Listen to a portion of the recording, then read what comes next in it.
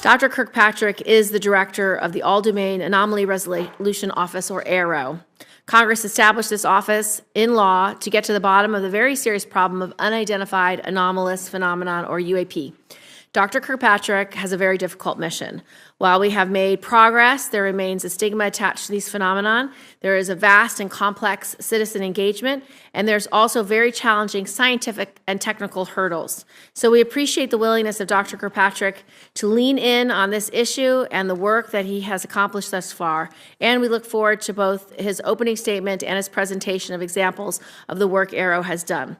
In late 2017, media reports surfaced about activities set in motion by the late long-serving Majority Leader Senator Harry Reid more than a decade ago. We learned that there was strong evidence of advanced technology reflected in the features and performance characteristics of many objects observed by our highly trained service members operating top-of-the-line military equipment. We learned that for the past 8 years, military pilots frequently encountered unknown objects in controlled airspace off both the east and west coasts across the continental United States in test and training areas and ranges. We don't know where they come from, who made them, or how they operate. As former Deputy Secretary of Defense David Norquist observed, had any of these objects had the label "Made in China," there would be an uproar in the government and media. There would be no stone unturned and no effort spared to find out what we were dealing with. We can look at the recent incursion of the unidentified PRC high-altitude balloon as an example.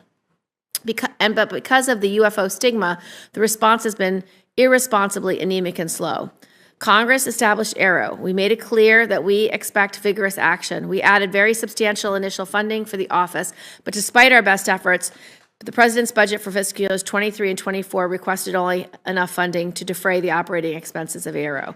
It included almost no funds to sustain the critical research and development necessary to support a serious investigation. It took a letter to Secretary Austin from Senator Rubio and me and 14 other senators to get the office temporary relief for the current fiscal year.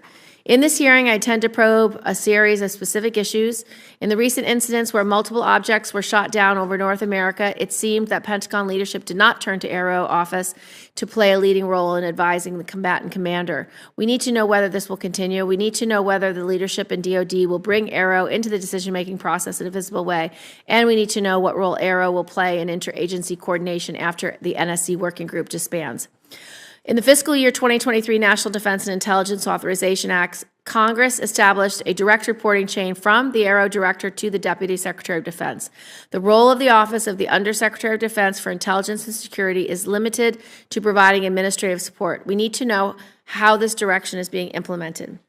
UAP are frequently observed flying in extremely high or very low speeds and come in various sizes and shapes. During the recent shootdowns over North America, DoD disclosed that filters on radar systems were adjusted to allow for detection and tracking of diverse sets of objects for the first time.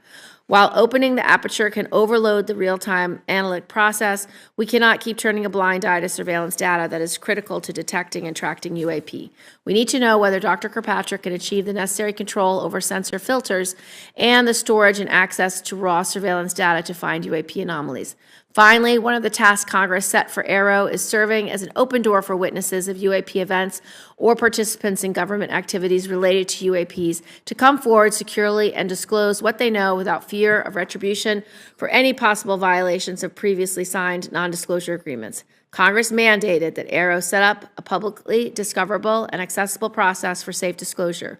While we know that AARO has already conducted a significant number of interviews, many referred by Congress, we need to set up a public process and we need to know where that effort stands. With that, I'd like to turn to Senator Ernst for her opening statement.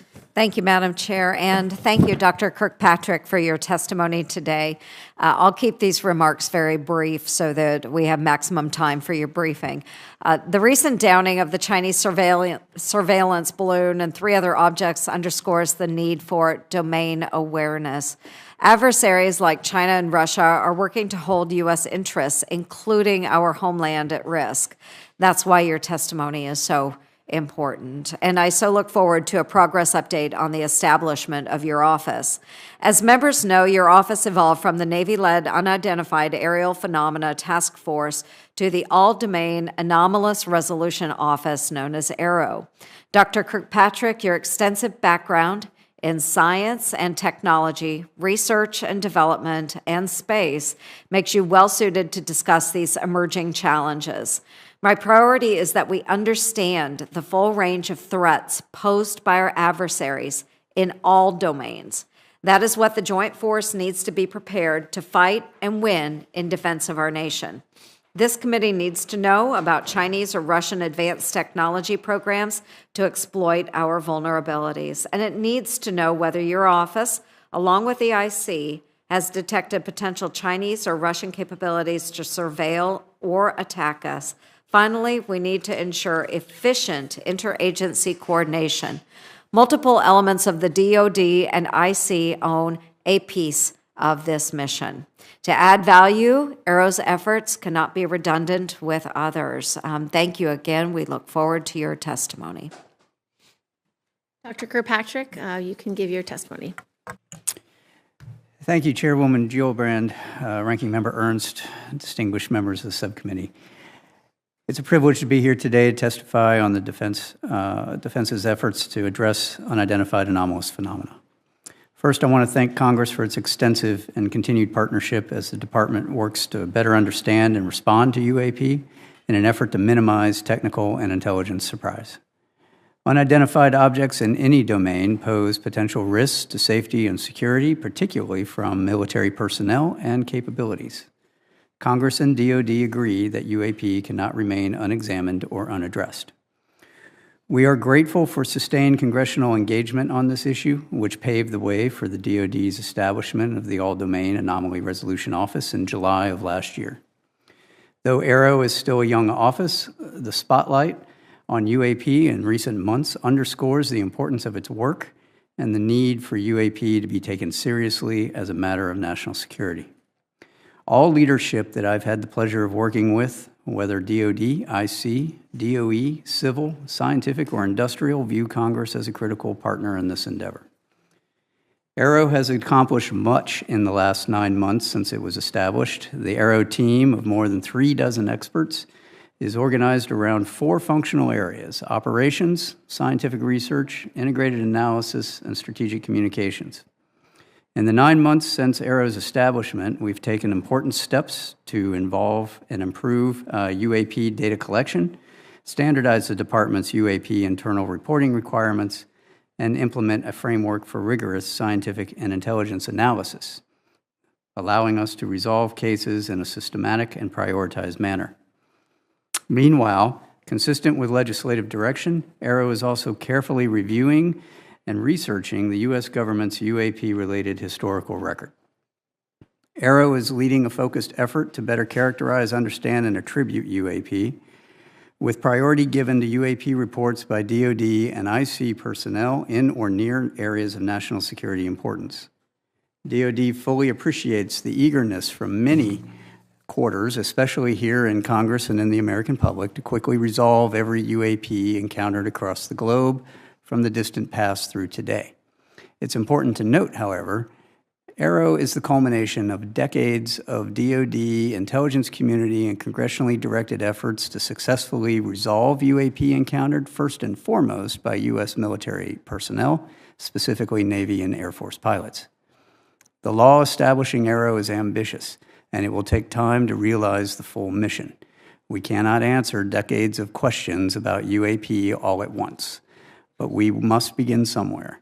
While I assure you that AARO will follow scientific evidence wherever it leads, I ask for your patience as DoD first prioritizes the safety and security of our military personnel and installations in all domains.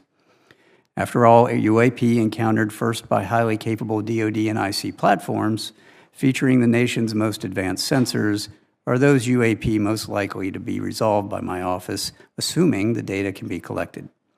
If AARO succeeds in first improving the ability of military personnel to quickly and confidently resolve UAP they encounter, I believe that in time we will have greatly advanced the capability of the entire United States government, including its civilian agencies, to resolve UAP. However, it would be naive to believe that the resolution of all UAP can be solely accomplished by the DoD and IC alone. We will need to prioritize collection and leverage authorities for monitoring all domains within the continental United States. ARRO's ultimate success will require partnerships with the interagency, industry partners, academia, and the scientific community, as well as the public. ARRO is partnering with the services, intelligence community, DOE, as well as civil partners and across the U.S. government to tap into the resources of the interagency. The UAP challenge is more an operational and scientific issue than it is an intelligence issue. As such, we are working with industry, academia, and the scientific community, which bring their own resources, ideas, and expertise to this challenging problem set. Robust collaboration and peer review across a broad range of partners will promote greater objectivity and transparency in the study of UAP. I want to underscore today that only a very small percentage of UAP reports display signatures that could reasonably be described as anomalous. The majority of unidentified objects reported to ARRO demonstrate mundane characteristics of balloons, unmanned aerial systems, clutter, natural phenomena, or other readily explainable sources. While a large number of cases in our holdings remain technically unresolved, this is primarily due to a lack of data associated with those cases. Without sufficient data, we are unable to reach defendable conclusions that meet the high scientific standards we set for resolution, and I will not close a case that I cannot defend the conclusions of. I recognize that this answer is unsatisfying to those who in good faith assume that what they see with their eyes, with their cameras, and with their radars is incontrovertible evidence of extraordinary characteristics and performance.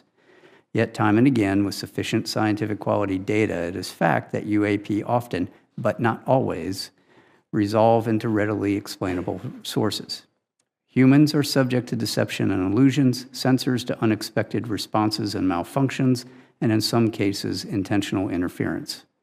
Getting to the handful of cases that pass this level of scrutiny is the mission of ARRO. That is not to say that UAP, once resolved, are no longer of national security interest, however. On the contrary, learning that a UAP isn't of exotic origin, but is instead just a quadcopter or balloon, leads to the question of who is operating that quadcopter and to what purpose. The answers to those questions will inform potential national security or law enforcement responses. ARRO is a member of the department's support to the administration's Tiger Team effort to deal with stratospheric objects such as the PRC high-altitude balloon. When previously unknown objects are successfully identified, it is ARRO's role to quickly and efficiently hand off such readily explainable objects to the intelligence, law enforcement, or operational safety communities for further analysis and appropriate action. In other words, ARRO's mission is to turn UAP into SEP, somebody else's problem. The U.S. government, the DoD and the IC in particular, has tremendous capabilities to deal with those encountered objects. In the wake of the PRC HAB event, the interagency is working to better integrate and share information to address identifiable stratospheric objects, but that is not ARRO's lane. Meanwhile, for the few cases in all domains, space, air, and sea, that do demonstrate potentially anomalous characteristics, ARRO exists to help the DoD, IC, and interagency resolve those anomalous cases. In doing so, ARRO is approaching these cases with the highest level of objectivity and analytic rigor. This includes physically testing and employing modeling and simulation to validate our analyses and underlying theories, then peer reviewing those results within the U.S. government, industry partners, and appropriately cleared academic institutions before reaching any conclusions. I should also state clearly for the record that in our research, ARRO has found no credible evidence thus far of extraterrestrial activity, off-world technology, or objects that defy the known laws of physics. In the event sufficient scientific data were ever obtained that a UAP encountered can only be explained by extraterrestrial origin, we are committed to working with our interagency partners at NASA to appropriately inform U.S. government's leadership of its findings. For those few cases that have leaked to the public previously and subsequently commented on by the U.S. government, I encourage those who hold alternative theories or views to submit your research to credible peer-reviewed scientific journals. ARRO is working very hard to do the same. That is how science works, not by blog or social media. We know that there is tremendous public interest in UAP and a desire for answers from ARRO. By its very nature, the UAP challenge has for decades lent itself to mystery, sensationalism, and even conspiracy. For that reason, AARO remains committed to transparency, accountability, and to sharing as much with the American public as we can, consistent with our obligation to protect not only intelligence sources and methods, but U.S. and allied capabilities. However, AARO's work will take time if we are committed to do it right. It means adhering to the scientific method and the highest standards of research integrity. It means being methodical and scrupulous. It means withholding judgment in favor of evidence. It means following the data where it leads, wherever it leads. It means establishing scientific peer-reviewed theoretical underpinnings of observed data, and AARO is committed to all of those standards. I'm proud of AARO's progress over the last 9 months. Much remains to be done, but the hard work is underway. Thank you for your continued support. And before we turn to questions, I'm going to walk you through some of our analytical trends in a couple of cases that we've prepared. So one of the things that AARO does is high integrity analysis, as I've said. This chart represents the trend analysis of all the cases in AARO's holdings, right, to date. What you'll see on the left is a histogram of all of our reported sightings as a function of altitude. So most of our sightings occur in the 15 to 25,000 foot range, and that is ultimately because that's where a lot of our aircraft are. On the far right upper corner, you'll see a breakout of the morphologies of all of the UAP that are reported. Over half, about 52% of what's been reported to us, are round orb spheres. The rest of those break out into all kinds of different other shapes. The gray box is essentially there's no data on what its shape is. Either it wasn't reported or the sensor did not collect it. The bottom map is a heat map of all reporting areas across the globe that we have available to us.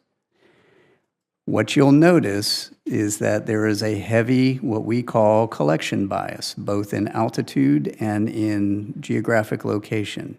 That's where all of our sensors exist. That's where our training ranges are, that's where our operational ranges are, that's where all of our platforms are. In the middle, what we have done is reduce the most typically reported UAP characteristics to these fields, mostly round, mostly 1 to 4 meters, white, silver, translucent, metallic, 10,000 to 30,000 feet, with apparent velocities from stationary to Mach 2. No thermal exhausts usually detected. We get intermittent radar returns, we get intermittent radio returns, and we get intermittent thermal signatures. That's what we're looking for and trying to understand what that is. Next slide. So I'm going to walk you through 2 cases that we've declassified recently. This first one is an MQ-9 in the Middle East, observing that blow-up, which is an apparent spherical object via EO sensors. Those are not IR. If you want to go ahead and click that and play it. You'll see it come through the top of the screen. There it goes. And then the camera will slew to follow it. You'll see it pop in and out of the field of view there. This is essentially all of the data we have associated with this event from some years ago. It is going to be virtually impossible to fully identify that just based off of that video. Now, what we can do and what we are doing is keeping that as part of that group of 52% to see what are the similarities, what are the trends across all of these, do we see these in a particular distribution, do they all behave the same or not? As we get more data, we will be able to go back and look at these in a fuller context. How are we going to get more data? We are working with the Joint Staff to issue guidance to all the services and commands that will then establish what are the reporting requirements, the timeliness, and all of the data that is required to be delivered to us and retained from all of the associated sensors. That historically hasn't been the case, and it's been happenstance that data has been collected. Next slide. This particular event, South Asia MQ-9, looking at another MQ-9, and what's highlighted there in that red circle is an object that flies through the screen. Unlike the previous one, this one actually shows some really interesting things that everyone thought was truly anomalous to start with. First of all, it's a high-speed object that's flying in the field of regard of two MQ-9s. Second, it appears to have this trail behind it, all right, which at first blush you would think that looks like a propulsion trail. In reality, if you want to play the first slide, we'll show you what that looks like in real time, our first video. So we're looking at that. There it goes. Why don't you play it again and then pause it halfway through? Right there. All right, if you might be able to see that trail there behind it. That's actually not a real trail. That is a sensor artifact. Each one of those little blobs is actually a representation of the object as it's moving through. And later in the video, as the camera slews, that trail actually follows the direction of the camera, not the direction of the object. We pulled these apart frame by frame. We were able to demonstrate that that is essentially a readout overlap of the image. It's a shadow image, right? It's not real. Further, if you later follow this all the way to end, it starts to resolve itself into that blob that's in that picture in the top left, right? And if you squint, it looks like an aircraft because it actually turns out to be an aircraft. Go ahead and put that on. So you'll see the tail sort of pop out there. And so what you're looking at is, this is in the infrared, this is the heat signature off of the engines of a commuter aircraft that happened to be flying in the vicinity of where those two MQ-9s were at. Why am I showing you this? So the first one that I showed you, we don't have resolved yet, right? That is an unresolved case we are still studying. This one we can resolve. But this is the kind of data that we have to work with and the type of analysis that we have to do, which can be quite extensive when you have to pull these apart frame by frame. Further, we're now matching all of this with the models of all of those imaging sensors so that I can say, I can recreate this. I can actually show how the sensor is going to respond. All of these sensors don't necessarily respond the way you think they do, especially out in the world and in the field. And I believe that's all I have, and I will open it up for your questions. Thank you so much, Dr. Kirkpatrick.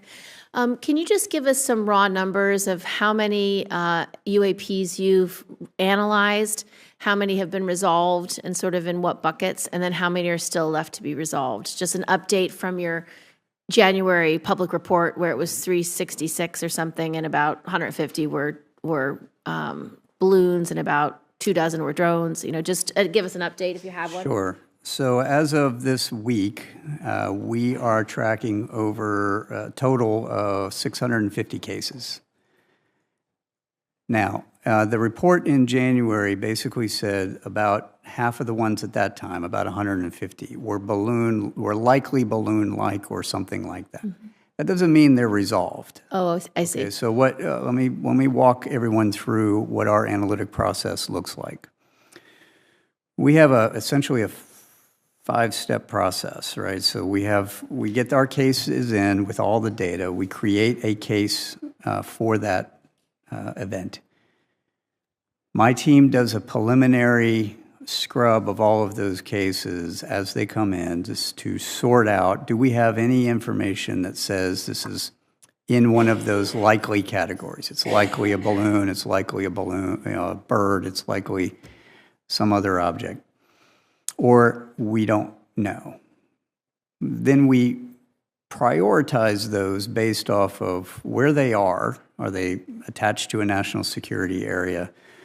Does it show some anomalous phenomenology that is of interest? If it's just a spherical thing that's floating around with the wind and it has no payload on it, that's going to be less important than something that has a payload on it, which will be less important than something that's maneuvering, right? So there's sort of a hierarchy of just binning the priorities because we can't do all of them at once. Once we do that and we prioritize them, when we take that package of data in that case, and I have set up 2 teams, think of this as a red team, blue team, or a competitive analysis. I have an intelligence community team made up of intelligence analysts, and I have an S&T team made up of scientists and engineers and the people that actually build a lot of these sensors, or physicists, because if you're a physicist, you can do anything, right? But they're not associated with the intel community. They're not intel officers. So they look at this through the lens of the sensor, of what the data says. We give that package to both teams.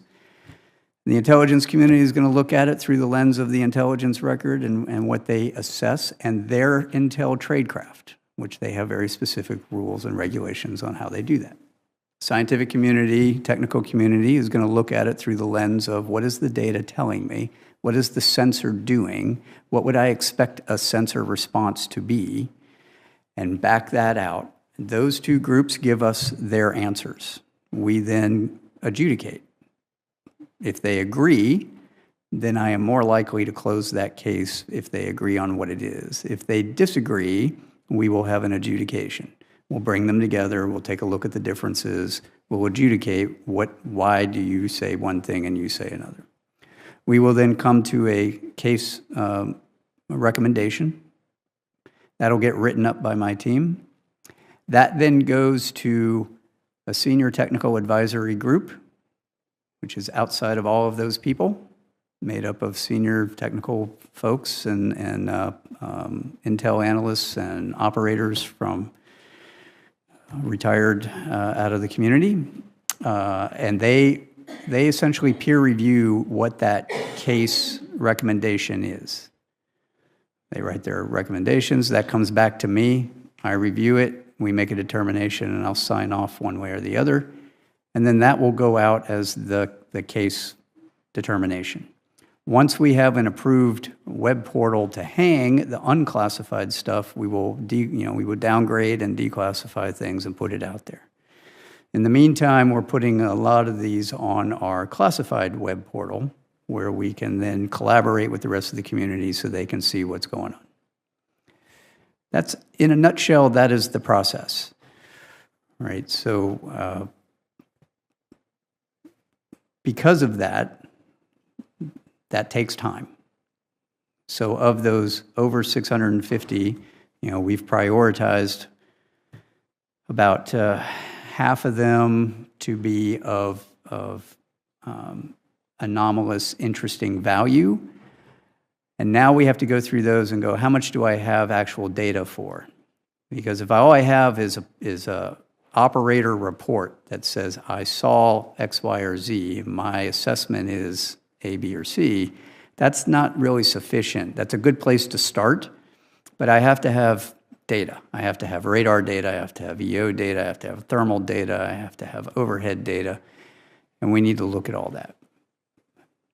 Now, from a big picture perspective, I still have, that's all still very valuable data, and we're looking at applying a lot of things, new tools, analytic tools like natural language processing. So I can go across all of those reports and look for commonalities. How many of them are being described as round spherical objects that are maneuvering? How many of them are not maneuvering? How many of them seem to have a plume to it or note?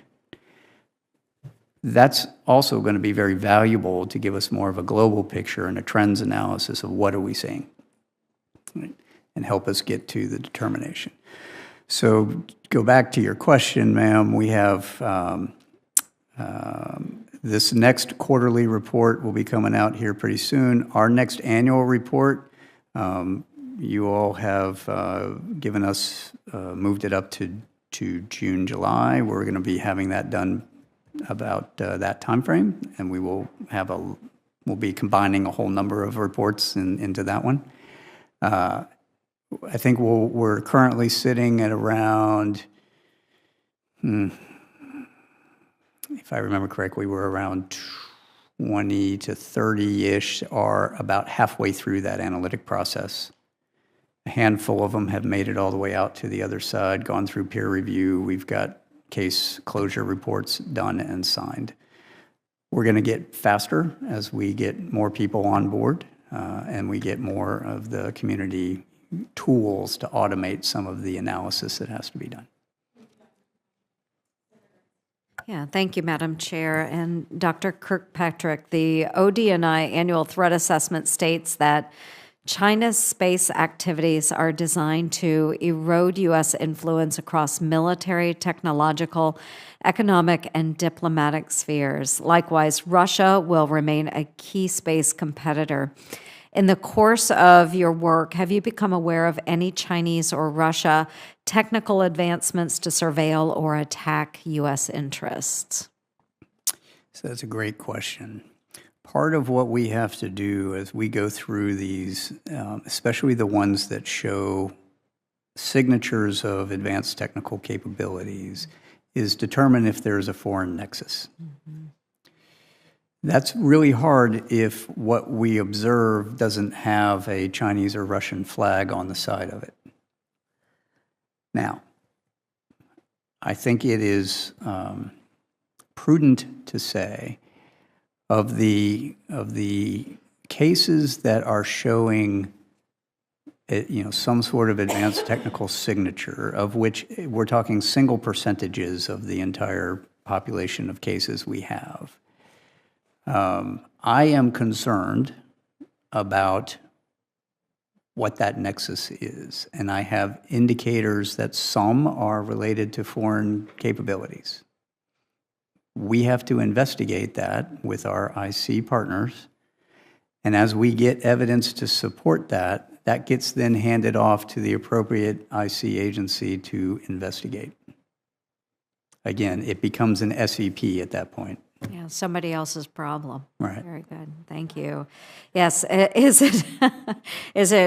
it possible that the Chinese or Russian advanced technologies could be causing some of these anomalous behaviors? And you said there seems to be some indicators.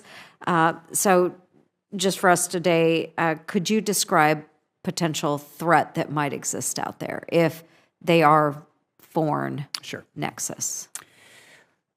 In order to do this research appropriately, we have to also be cognizant of what is the state of the art in development across the S&T community. What are the DARPAs of the world doing? What's the horizon scanning of emerging technologies appropriate to this subcommittee? What is happening out there? And if somebody could accelerate that capability, how would that manifest itself and what would it look like? And do those signatures match what we're seeing? Mm-hmm. There are emerging capabilities out there that in many instances, Russia and China, well, China in particular, are on par or ahead of us in some areas. Right. So previously, I used to be the Defense Department's intelligence officer for science and technical intelligence. That was our job, was to look for what does all that look like.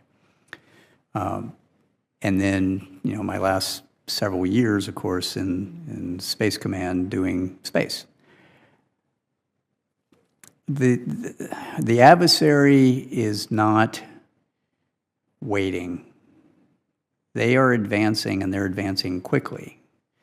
If I were to put on some of my old hats, I would tell you they are less risk-averse at technical advancement than we are. Mm.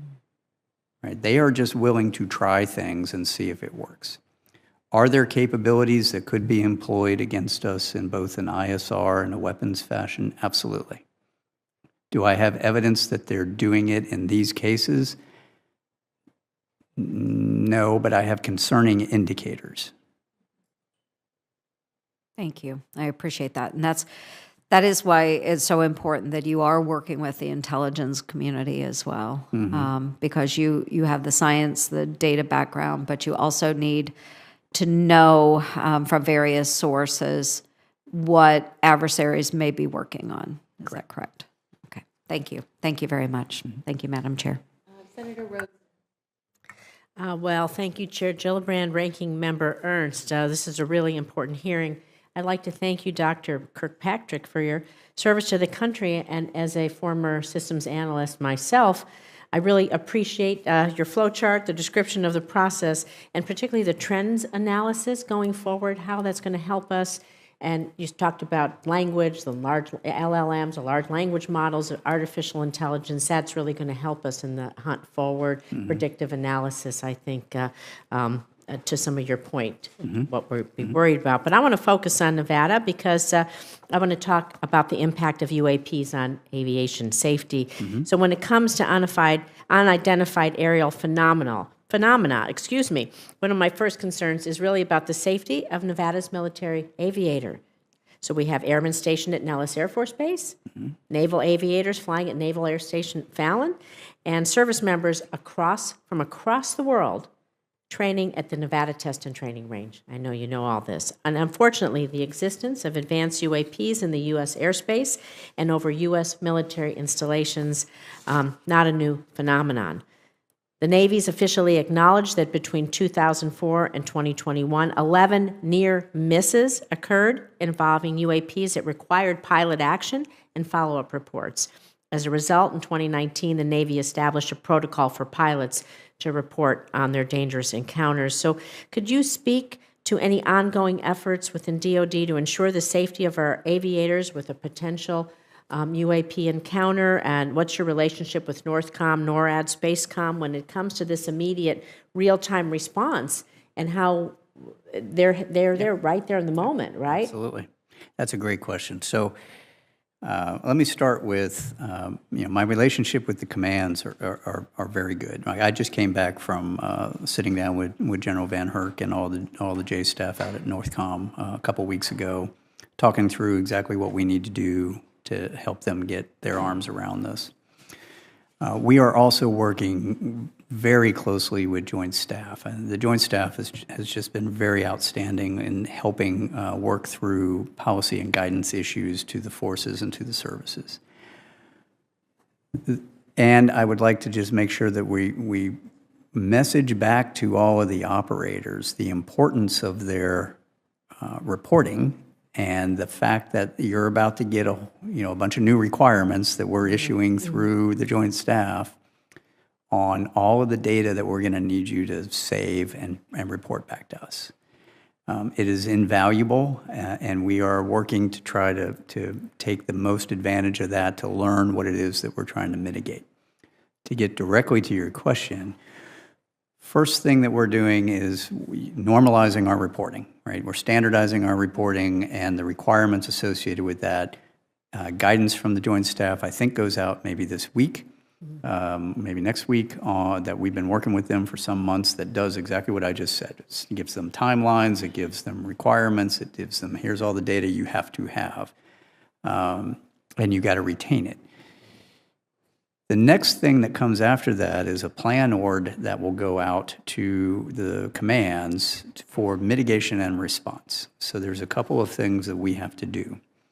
One, I need to work with the commands and with the IC and with our outside of our DoD and IC partners to extend our collection posture targeted at some of these key areas that you saw on that heat map. That have a lot of activity so that we can turn on extra collection when an operator sees something. So part of this is generating as a response function, in what we call a tactic, technique, and procedure for an operator. When he sees something, calls back to the operations floor, they can turn on additional collection. What does that collection look like? How do I bring all that together so I can get more data on what is that thing? Can I ask really quickly, Sure. do you have the authorities you need to extend your collection posture between agencies or branches of the military? Because that seems to me to maybe be a sticking point. I know my time's just about up. I'd love to follow up about your risk management methodologies for some of these, but do you need any authorities that you don't have to get the data? There are you need? some authorities that we need. We currently are operating under Title X authorities, but we have good relationships across the other agencies, but having additional authorities for collection, tasking, counterintelligence. That's something. Those are all things that would be helpful, yes. Thank you. To follow up, Dr. Kirkpatrick, will you help us write that language so we can put it in the defense bill this year so that we know what authorities you need? We can do that. Thank you. We're going to start second round, so if you want to stay, you can ask another round. I have at least 3 more questions, so. I have about 1 million more questions. Do you want to go right now, so in case you have to leave? Oh, I could, I do. Yeah, go ahead. If you would do that, that would be great. I'm going to stay on the drones issue because obviously we also have Creech Air Force Base. We talked about those Reapers.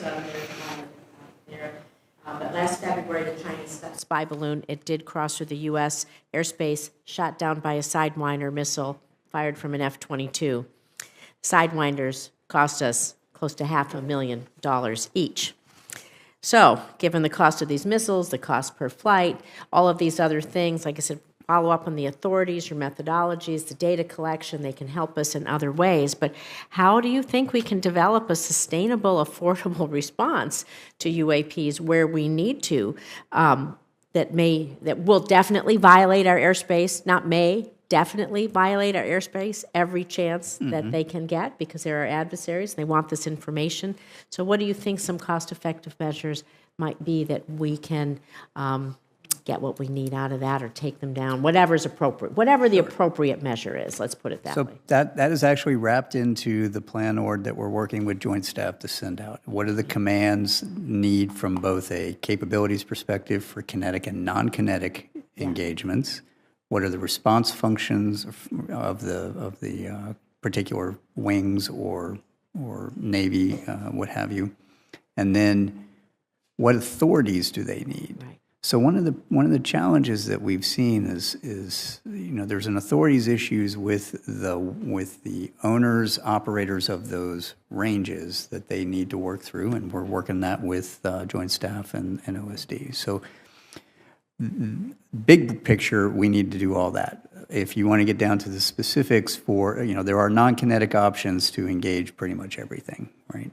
Whether it's electronic warfare, whether it's laser technology. That's where this data, That's having the right. good data collection, predictive Correct. analytics, you can make some assumptions and possibilities. That's right. And we will inform recommendations back to the department on here's what could work, here's what we've seen work, here's what doesn't work. Right. Thank you so much. Thank you, Madam Chair. Appreciate it. Thank you very much. I just wanted to talk a little bit about your logistics, who you report to, how that's going, whether you need different reporting lines. By congressional legislation, your office is administratively located with the Office of the Undersecretary of Defense for Intelligence and Security, but you're not substantively subordinate to the Undersecretary. Rather, you are a direct report to the Deputy Secretary. Are you taking direction directly from the Deputy Secretary? Are you able to meet and brief the Deputy Secretary? Is the Office of USD INS working with you to have the right framework? So USD INS, I currently report to USD INS until they come up with the plan for how they're going to implement legislation. DOD and DNI are working through that now. I'd have to refer you back to USD INS on what their plan is.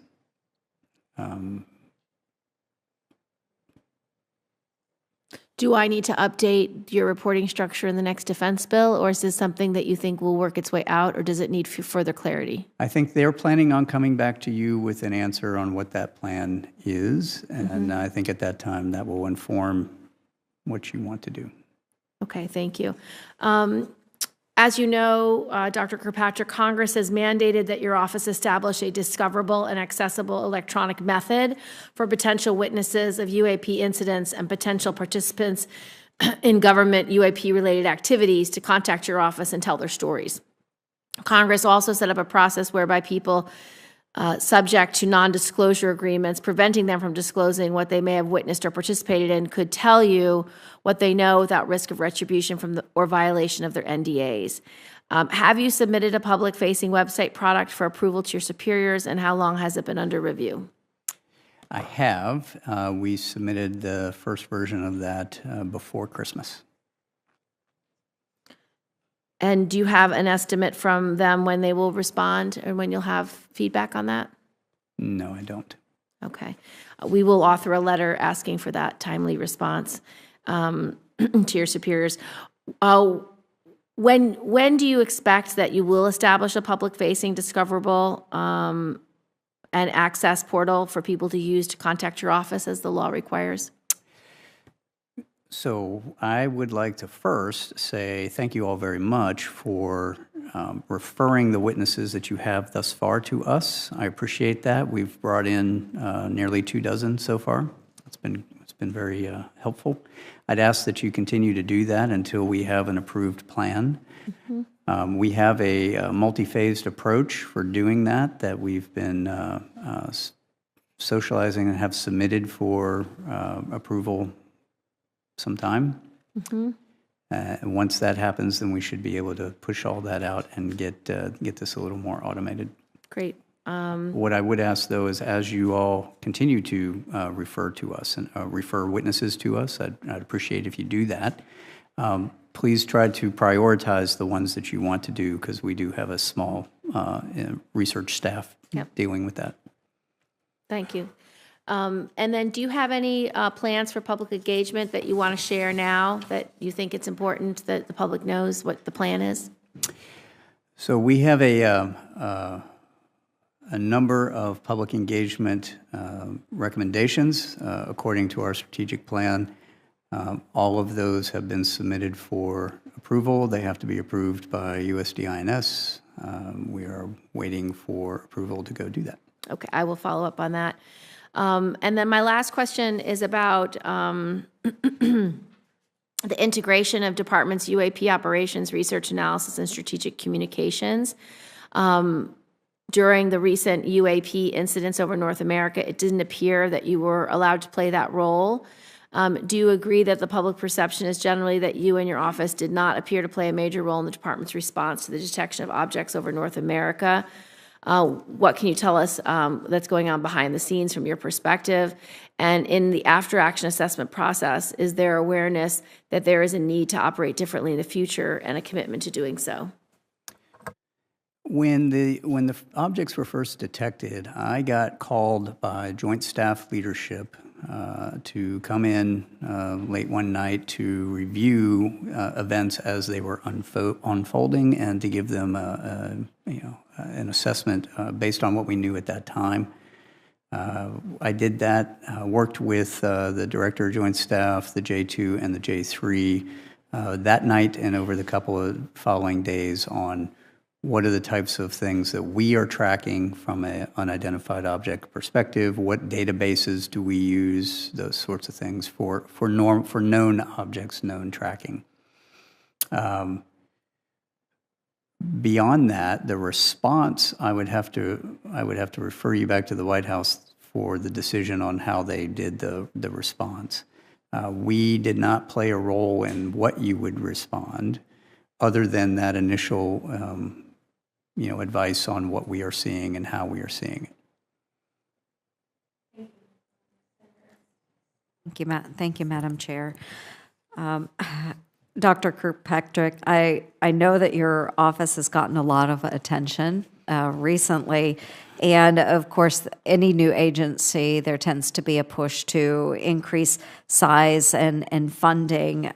We want to make sure that you're able to meet your goals, but what I also need to ensure is that we're not duplicating or replicating existing functions and creating redundancy within DoD and the interagency. So what steps are you taking right now to make sure that your particular office and function is unique to any of the other agencies that might be involved in these types of cases? Yeah, that's a great question. So I would like to lay down, here's what am I, sort of my mission and my goal and my vision here. So the vision is at some point in the future, you should not need an arrow. If I'm successful in what I'm doing, we should be able to normalize everything that we're doing into existing processes, functions, agencies, and organizations, and make that part of their mission and their role. Right now, the niche that we form is really going after the unknowns. I think you articulated it early on, this is a hunt mission for what might somebody be doing in our backyard that we don't know about. All right, well, that is what we are doing, right? But at some point, we should be able to normalize that. That's why it's so important, the work we're doing with Joint Staff, to normalize that into DoD policy and guidance. We are bringing in all of our interagency partners. So NASA is providing a liaison for us. I have FBI liaison, I have OSI liaison, I have service liaisons. Half of my staff come from the IC, half of my staff come from other scientific and technical backgrounds. I have DOE, and so what we're trying to do is ensure, again, as I make UAP into SEP, they get handed off to the people that is their mission to go do, so that we aren't duplicating that. I'm not going to go chase the Chinese high-altitude balloon, for example. That's not my job. It's not an unknown, and it's not anomalous anymore. Now it goes over to them. Right. Very good. Thank you, Madam Chair. I wanted just to follow up on the filters for surveillance. Outside observers have speculated that DoD sets filters on certain sensors to eliminate objects that are moving really fast or slow, because what we are looking for militarily are conventional aircraft and missiles. UAP that doesn't fit into these programs would thereby be weeded out and never noticed. This speculation was proven to be true during the UAP incidents over North America, where DoD publicly acknowledged that we were able to start seeing these UAPs only when we opened up these filters. Obviously, our military operators cannot be overloaded with objects that are not conventional aircraft or missiles. Can you nonetheless make sure that the raw data is being captured and subsequently processed, so that your office knows what's really out there? And is that going to cost money? Will you expect to pay for that money out of Aero's budget?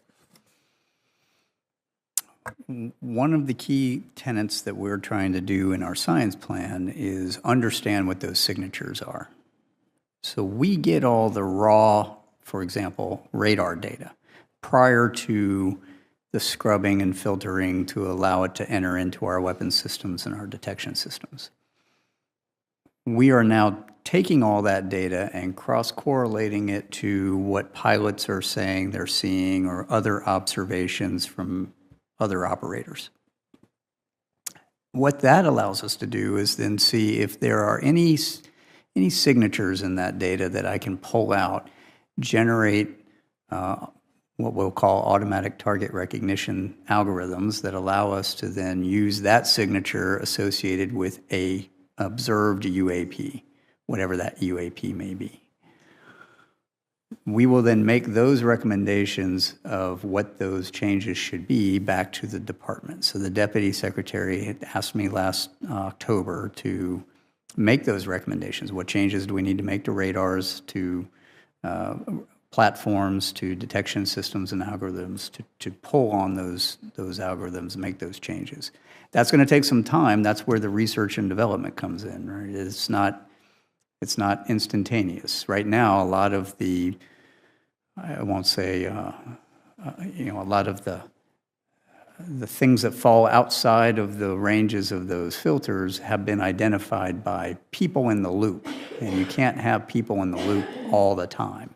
It's just not cost effective. So part of our budget is working through what does that look like, and then making those recommendations back to the big program offices for them to put into changes in acquisition. My last question is about the academic community. Can you give us an update on sort of how you collaborate with the academic community and whether how the independent study being done by NASA complements ARRO's work? Sure. Two questions, so I'm going to try to make it quick. In 1979, Carl Sagan said, extraordinary claims require extraordinary evidence. I would go one step further, and I would say extraordinary claims require not only extraordinary evidence, but extraordinary science. And so how do you do that? You do that with the scientific method, right? And so as ARRO is developing and implementing its science plan, it has to do so grounded in a solid foundation of scientific theory across the entire range of hypotheses that have been presented for what UAP are. That range spans adversary breakthrough technology on one hand, known objects and phenomena in the middle, all the way to the extreme theories of extraterrestrials. All of that has physics-based signatures associated with it, whether it's theoretical from the academic community, known from things like hypersonic weapons, or adversary breakthrough technologies, as we've talked about before, or the known objects that we have to go measure. The idea is across that entire range, you have to come up with peer-reviewed scientific basis for all of it. The academic community plays a very big role on the one end of the spectrum, the intelligence community on the other end of the spectrum, and then measurement in the middle. Once I have those signatures identified in validated, peer-reviewed documents, then I have something to point to for all that data. Because all that data is going to match one of those signatures, right? And then I can go, well, it's that and not that, or it's that. And that helps us go through all that. Where NASA comes in and the study that they're doing, which I'm supporting, is really looking at the unclassified data sources that might be used to augment our classified data sources to understand if there's a signature there we can pull on. So very similar to the radars, but civil capabilities. So for example, we have a lot of climate science satellites, for example, that look at Earth. Lots of them. How many of those is the data valuable in seeing these kinds of objects? The challenge in that is those platforms don't necessarily have the resolution you need. So if you remember the slide I put up there with the trends, the size of the objects we're looking for are typically reported to be 1 to 4 meters. Well, the resolution of many of the climate science civil satellites is much larger than that, which means you'd have a hard time picking out something that's smaller than a pixel on the imagery on the data. That's not to say all of it's not useful, and there are ways of pulling through that data and going through. That is what NASA is focused on right now. So what are some other data sources that could be used? In addition, things like open source and crowdsourcing of data. We're exploring public-private partnerships, ma'am, as you know, we've talked about in the past, to look at, is there a way to smartly crowdsource additional data that might be useful to augment some of my classified sources? And what does that look like? And how would we do it so that we're not overwhelmed by, everybody who wants to take a picture of everything? Is there anything else you'd like to tell the committee before we close? Or do you have another round? Yeah. Do you have anything else you'd like to tell the committee before we close? Thank you very much for allowing us to come and share a little bit of insight into what ARRO is up to and what we're doing. I hope to be able to share a whole lot more in the future. We have a lot of work to do, so if you don't hear from me outside, it's because we've got a lot of work to do. Well, thank you so much, Dr. Kirkpatrick. Thank you for the hearing. Thank you.